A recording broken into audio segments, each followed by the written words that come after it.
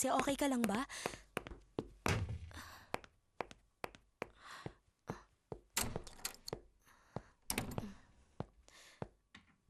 Saan ka nang galing? Huwag mo masyadong damdamin. Magpakatatag ka ngayon. Alam ko na mahal mo siya. Pero, kapatid ko, kung alam mo lang kung anong sinabi ni Senyora. Sinabi niya sa akin na magiging sa'yo ang lahat ng ito. Ang bahay, ang construction company, pati na ang lahat ng business sa'yo na magiging milyonarya ka na, Maria Jose! Hindi ka ba natutuwa? Oh, nauunawaan kita sa nararamdaman mo ngayon, mahal ko. Hindi pa patay si Alejandro. Ang ibig ko sabihin, hindi si Alejandro ang aking pinakasalan, kundi ibang tao. Ang pinakasalan ko ay ang anak ni Madam Victoria Smith. Dinaya niya ako, Paula. Nagsinungaling siya sa akin. Niloko niya ako. Ang sama niya.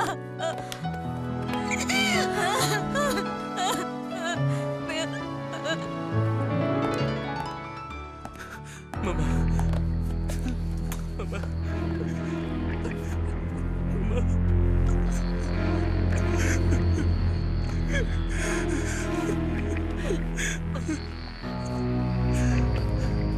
Kanina ka pa, anak. Opo. Oo, anak. Nakakalungkot. Kawawang Alejandro. Napakabata pa niya. Napakabait. Hindi pa siya dapat mamatay. Opo, Mama. Pero sabihin mo sa akin, nakita mo na ba yung babae? Anong masasabi mo sa kanya? Sobrang napakalungkot niya. Mabait. At siya ay maganda. Si Raquel ang nagpahiram sa kanya ng damit at sa kapatid niya. Para siyang isda na nawala sa tubig. At sinabi namin, alam na namin ang lahat-lahat ng tungkol sa kanya. Tinanggap ba niya? Oo. Ikaw, anong natuklasan mo? Inimbestigahan ko ang registrar. Nasa ayos naman ang kasal. Napuntaan ko ang bahay nila. Nakausap kong papa niya. Mama, sa sala nila nakita ko yung retrato ng babae. Kasama si Alejandro, Mama. Mama.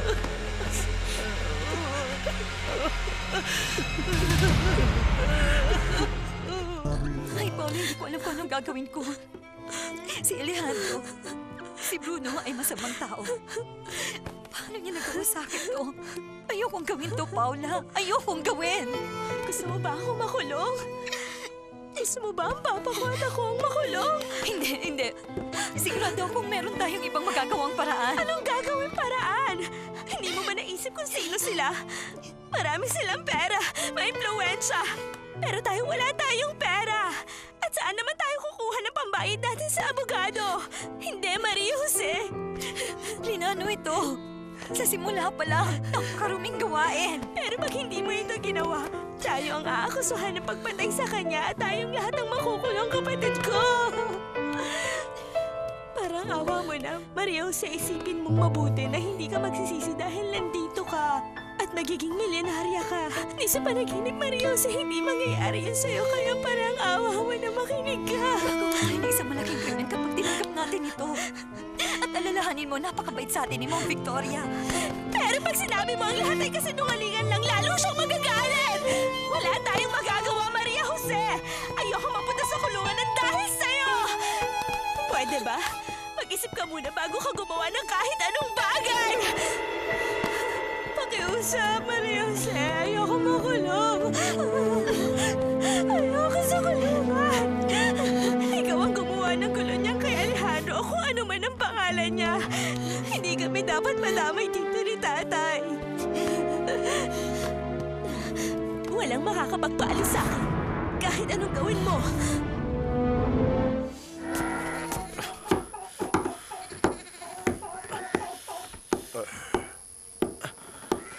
Anong nangyari? Wala nangyari. Sinubukan ko pahintuin ang mga sasakyan pero walang pumapansin sa akin. Natatakot sila kasi may nangaharang dyan. Pero paano? Alam mo kasi, may isang truck na huminto. Sinabi ko, kailangan ko. Ayaw naman sumama rito. Inalok mo ba yung relo? Hindi. Hindi, alam mo kasi, pero gusto kong ialok sana. Pero iba ang pakiramdam ko. Baka kasi itakbo kapag ipinakita ko. Ano ba kasing pinag-aalala mo, Chucho? Eh, galing naman sa akin yung relo. Lahat sila nagsabi na pag may nakita silang sasakyan ng pulis, i-report agad ang tungkol sa'yo. Tulungan mo ako. Lumapit Bakit? ka. Pakiusap. Gusto kong pumunta tayo sa daan. Ay, Diyos ko, ang daan ay napakalayo. Baka hindi mo kayanin. Dahan-dahan. O ingat ka. Kaya. Abot mo sa akin. Abot mo sa akin yung tungkod.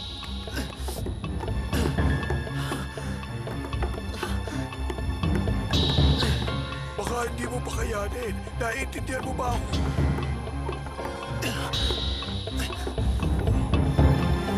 Pero hindi ako mamamatay na parang aso lang.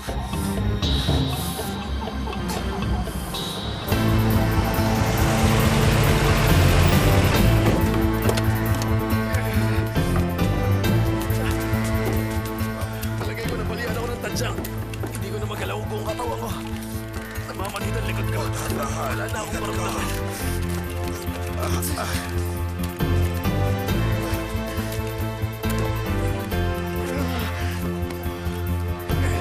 Tatagal mo ang sarili mo.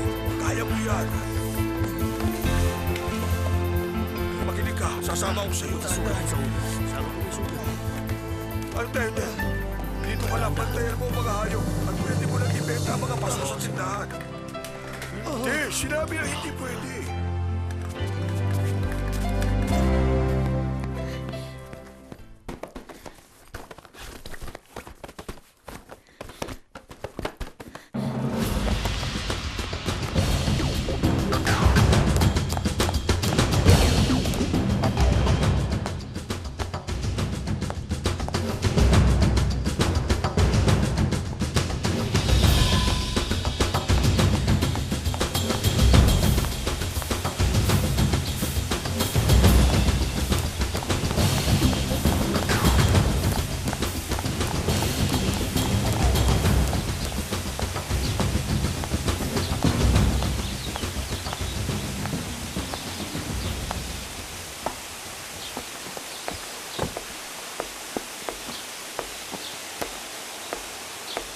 Senyor, ang aga mo yata natin.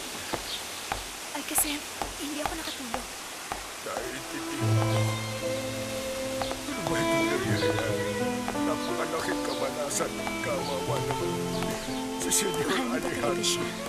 Lahat dito minamahal siya. Talaga napakabuti niyang ako. Mabait na siya. Oo. Sana nakilala mo pa siya mabuti. Madali siyang magalit pero napakagalang niya. Meron ba siyang dala?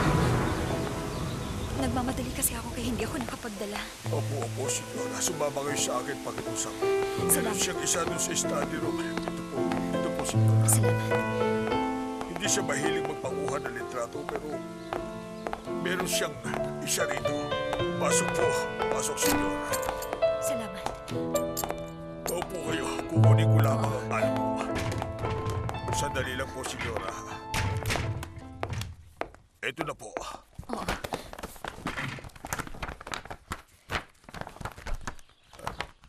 Ito ang kanyang litrato. Mas bata siya kayo. Ibig ko sabihin kay Sir Bruno. Opo, 4 na taon. At ang litrato ni Senyor Antonio, ang ama ni Senyor Alejandro. At ito naman ang ina, Senyor Adriana. Malao na silang namayapa. Sumalangit nawa. Kung gusto mo na mag-almusal, sabihin mo lang sa akin para maihanda ako po ang inyong pagkain. Salamat. Maiwan ko na po kayo. Salamat.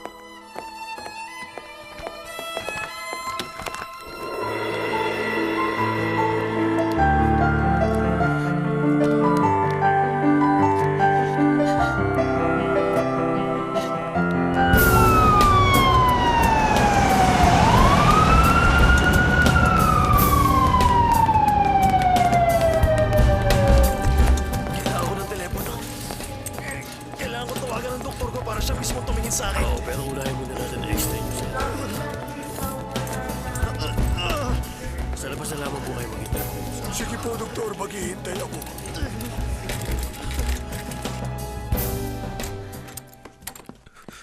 Bakit hindi ka kumakatok bago pumasok? Patawarin mo ako. Galit ka pa rin ba? Anong klaseng tanong ba yan? Anong akala mo laro lang to ng mga bata? Dinaya mo ko, nagpakilala ka sa akin gamit ang pangalan ng ibang tao. Pagkatapos gusto mo kayo sama sa plano mo, napakasama mo! Pero hindi mo kilala si Alejandro. Isusumpa mo siya sa araw-araw ng buhay niya. Walang hiya siya.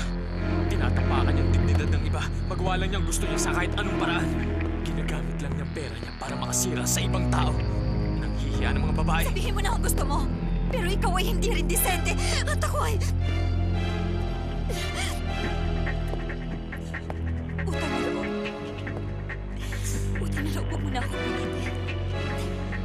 Sasabihin ko na ang Alejandro na pinakasalan ko ay ibang tao na kapareho lang ng pangalan niya. Nakita mo na ba ang balita sa dyaryo kaninang umaga? Hindi pa. Andun ang litrato niya. At kung gagawa ka ng kwento ng asawa mo ay iba sa parehong pangalan, iimbestigahan ka.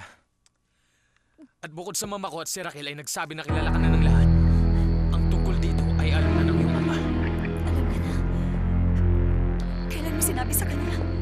Kahapon. Anong klase kang tao? Bakit mo ito ginagawa Sinabi ko! sa akin? Sinabi ko na sa'yo! Mahal kita. Kung talagang mahal mo ako, hindi mo ito magagawa at hindi mo ako tatakutin ipapakulong. Mag-umpos din ka. Isipin mo mabuti ang lahat. Una magsususpecha. Nauunawaan ko kung bakit ka nagkakaganyan. Wala ka nang dapat alalahanin pa, mahal ko. Pagkatapos ng lahat, isipin mo ito yung masamang panaginip. Sa ikagaganda ng buhay mo. Magkakaroon ka na alahas, mga damit, sasakyan. Pwede mo ikutin ang buong mundo. Lahat ng gusto mo makukuha mo, pati na mga kapritsyo mo sa buhay. At ang ama mo at kapatid makikinabang sa'yo.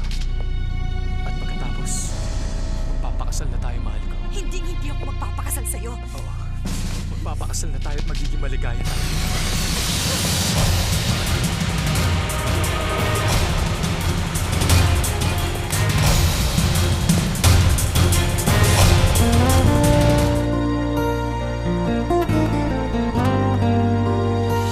Ay, siguro nga nahihilo pa ako. Hindi gumagana ang utak ko.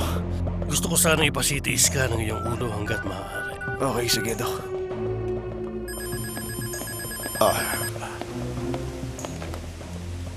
Hello? Ezekiel, ako to. Labis-labis daw ang pagdadalamhati ni Maria Jose. Kawawa namang bata.